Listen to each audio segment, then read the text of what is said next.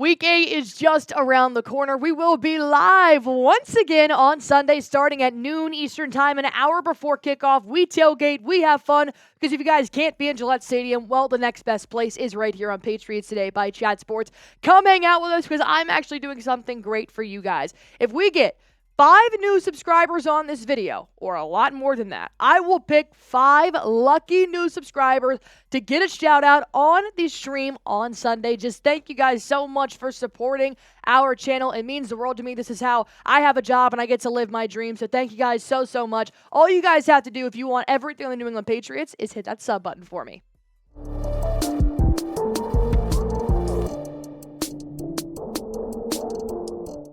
Let's jump into my keys to victory to take on the New York Jets and hopefully snap this godforsaken 6-game win streak. And the number one thing you need to do on defense, which apparently Jerod Mayo thinks is playing soft right now, is play tough and stop the run. We always knew the pass rush was going to be a struggle heading into this season. No more Matthew Judon, no Christian Barmore, and now you lost Juwan Bentley. But the run defense the last couple of weeks, it genuinely has not shown up, which is extremely frustrating because now you're going up against not just one great running back, but a duo of Braylon Allen and Breece Hall for the second time this year. And the last 3 weeks, you haven't faced even the best running backs, honestly.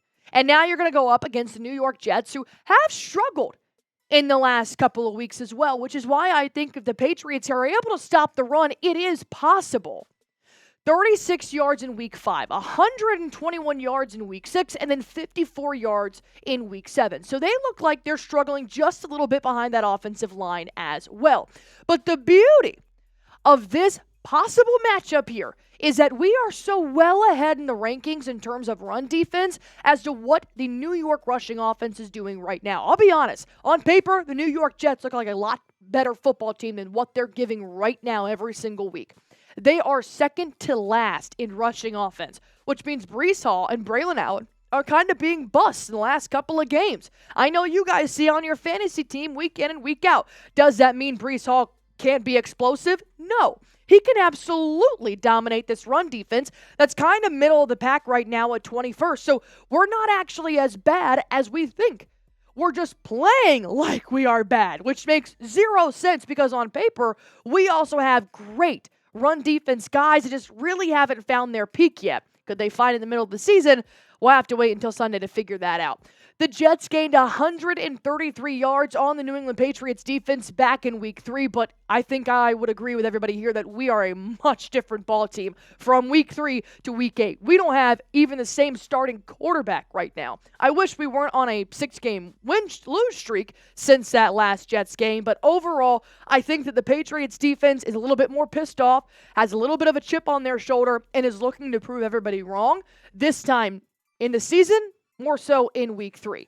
But I could see New York taking advantage of the passing game with their new receiver. So if the run game isn't where they decide to go, our pass rush is also a little bit questionable. And now they've got Garrett Wilson and Davante Adams in their back pocket. Not to mention, Aaron Rodgers likes to have a little sneaky Allen Lazard in there as well. Once you've guarded Garrett Wilson, once you've locked down Davante Adams, you can't rule out somebody like Lazard that we know Aaron Rodgers has been great with the last couple of years. Rodgers has been struggling. He's thrown 6 interceptions in the last 3 games. The Patriots only have 3 interceptions so far in total this season. So if the defense comes actually locked in the way they've been preparing this entire week to prove not only the league wrong, but their head coach wrong, I think the Patriots could really stop the run and the pass this upcoming week. But it just depends on how they want to show out on Sunday.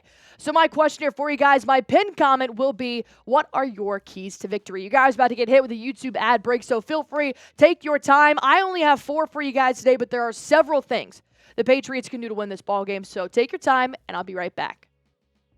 Number 2, have the better quarterback. Remember how I said Aaron Rodgers has been struggling the last couple of games? 6 interceptions.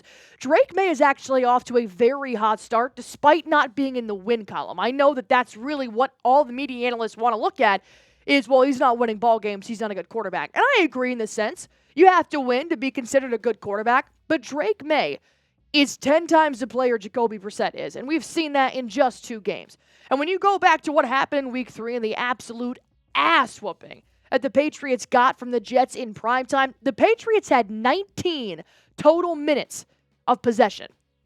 What are you supposed to do in 19 minutes on offense in the ballgame? There's only so much. Jacoby Brissett throwing for under 100 yards, while Aaron Rodgers racked up nearly 300. Why? Because he had 40 minutes on offense in his time of possession. But let me just go ahead and reiterate here. He is struggling. That does not mean Aaron Rodgers can't come out and absolutely play the ball like he's 20 years younger. But in my opinion, I think Aaron Rodgers has really shown his age in Week 5, in Week 6, and in Week 7. So I don't think that's going to change. I don't think he's going to get 10 years younger heading into Week 8. Not to mention, he's going up against a very mobile, young rookie quarterback in Drake May. And I think that when you look at them, obviously Drake May is not as good as Aaron Rodgers is, but May is off to such a hot start that the momentum is on May's side. Not so much Aaron Rodgers, who's thrown 6 picks. Because did you know Drake May is just one of 2 quarterbacks that has thrown for over 500 passing yards and 5 touchdown passes in their first 2 starts? The other quarterback, Dan Marino. Drake May is the only bright spot on offense right now for the Patriots, but that can change in Week 8. It is not too late to turn the tables. Yes, turn the tables and lead them to a win. And I think Drake May is just showing us Week 7, Week 6. He's getting more confident. And that's what we wanted, right? We didn't want to wait to start him until Week 13, Week 14, and it would just be too late. He started in Week 5, Week 6 for a reason. Is because he's got that swagger. He's got that aura. He's got that confidence. And I love that after every single game, he takes responsibility. And I think that Week 8 is now going to be his time to be like, guys, look, this is what we're going to do, and this is how we're going to execute it. There's also been a report that Aaron Rodgers has been dealing with hamstring inflammation. Remember how I said Aaron Rodgers is starting to show his age? His body's also catching up with him. I just continuously replay in my mind when the Jets just played in London, this image of Aaron Rodgers literally crawling off the field. Literally crawling. It's a meme now. Drake May is fresh. He's new. He's like a brand new toy that you just brought home. Utilize him. Let him explode against the New York Jets. Do not keep him in the pocket because Aaron Rodgers, who's struggling with injury and he's struggling with ball security, is what you need to take advantage of to have the better quarterback. So Week 8, you've seen Week 6, you've seen Week 7, and now you know he's just one of 2 quarterbacks since 1950 to make history. Tell me a stat line. Give me completion/attempts. Give me yards, and give me touchdown passes in the comment section down below. It's going to take some time to test your skills, so if you guys want to go on ahead and really play the #1 daily fantasy sports app to see how great your skills are, play Prize Picks. I play this every single day, and I love the promotions they give me every single week. Every Tuesday, Taco Tuesday, a discount on a player's stat projections. Every Friday, Flex Friday, win or your money back up to $20. But let's go back to the basics. How do you play Prize Picks? That's the best part. It's so stinking easy. Even my 55-year-old dad plays this, and he doesn't know how to find Google on his phone. If you just pick more or less on at least 2 players, you can have a shot to win up to 100 times your cash, and you can run your game all season long. It's you against you, just testing out your skills every single week. So I wanted to go a little bit with NFL games here. So I've got Patrick Mahomes having more than 229.5 passing yards. And then I have Kenneth Walker III having more than 64.5 rushing yards. So if you guys want to go on ahead and play Prize Picks, it's super easy to do so. All you have to do is download the app today. Use code CLNS to get $50 instantly after you play your first $5 lineup. Download the app today. Use code CLNS and get $50 instantly after you play your first $5 lineup. Prize Picks, run your game. Why aren't we using Hunter Henry? On every single series, why are we not using Hunter Henry, the 6'5" magnet for hands tight end that has proven to be reliable week in and week out? Not to mention with Brissett, who couldn't throw more than 10 yards, but with Drake May, the last 2 games, 11 receptions on 14 targets. Remember how I said magnet for hands? Almost 150 receiving yards and 1 touchdown. His first touchdown of the season came in Drake May's season debut. Hunter Henry is going to be your little asterisk going up against the Jets. Why? Because of one name, Sauce Gardner. Gardner is not going to be on Hunter Henry. Gardner is going to be on your top wide receiver. Well, with the Patriots, it's Pop Douglas. So Pop Douglas may not get as much action, but you also have to think that the wide receivers are kind of dealing with a little bit of the injury bug and just also not really playing. They're suffering in snap percentage. Jalen Polk, he's in concussion protocol. Won't have to worry about Polk being a target. Kendrick Bourne had 1 reception versus the Jaguars. And then you had Kayshon Boutte, who's actually taken the most wide receiver snaps out of anybody on the Patriots wide receiver room.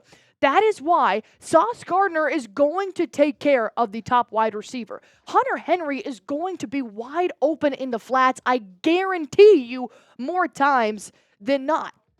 So if you've got their top defender, who is a great defender, not even looking at your 6'5" tight end, hit him. 10 yards, 20 yards, upfield, let him climb the ladder. He showed us last week that he can actually excel in double coverage. We need to use Hunter Henry not just once.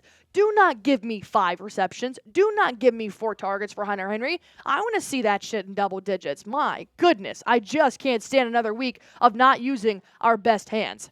And number 4, it kind of goes hand in hand here with starting fast and ending strong. We start fast, but we end dead. D-E-D. Dead.